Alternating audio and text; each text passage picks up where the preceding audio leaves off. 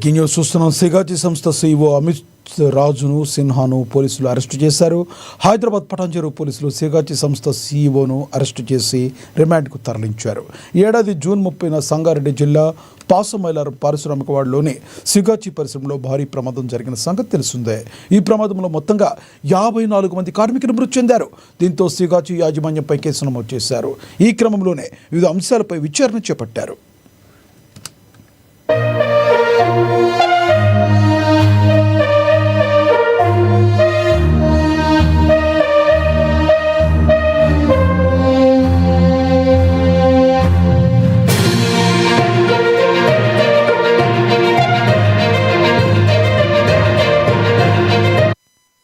సిగాచి సంస్థ CEO అమిత్ రాజ్ సిన్హాను పోలీసులు arrest చేశారు.